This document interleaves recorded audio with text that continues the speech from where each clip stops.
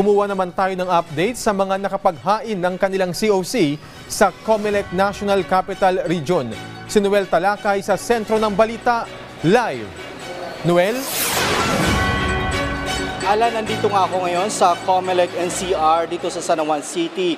At ito nga ang ikalimang araw ng filing ng Certificate of Candidacy o COC para sa mga tatakbo sa kongresista. Kaninang umaga dito, mayroon ng 5 personalidad na naghain ng kanilang COC.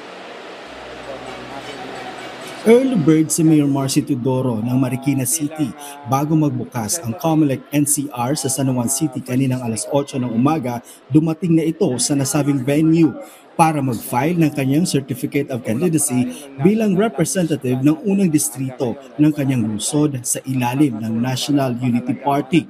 Aniya, sa muli niyang pagbalik sa Kongreso, isusulong niya ang National Land Use Program.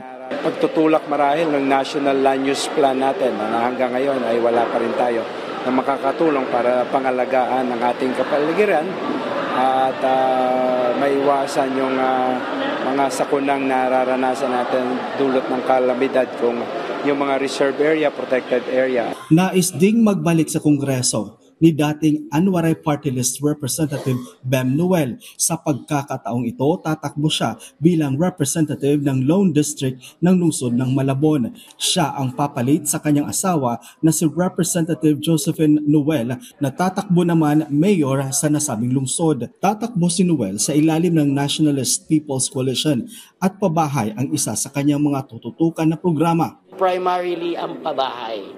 Kailangan po ng Malabon ang maraming bahay pa at kung gano'n na rin lang ang programa ng ating pamahalaan ngayon na magbigay ng milyon na mga napabahay, huwag na po silang lumingon sa ibang mga lugar kundi sa Malabon po.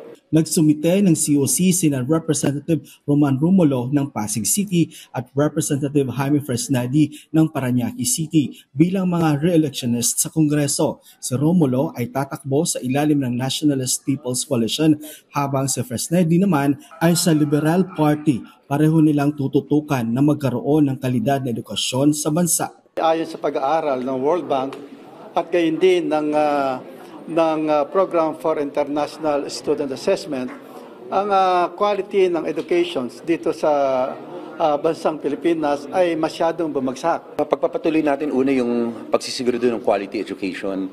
Nakita natin marami na naisabatas, pero meron pa rin mga kulang na pieces.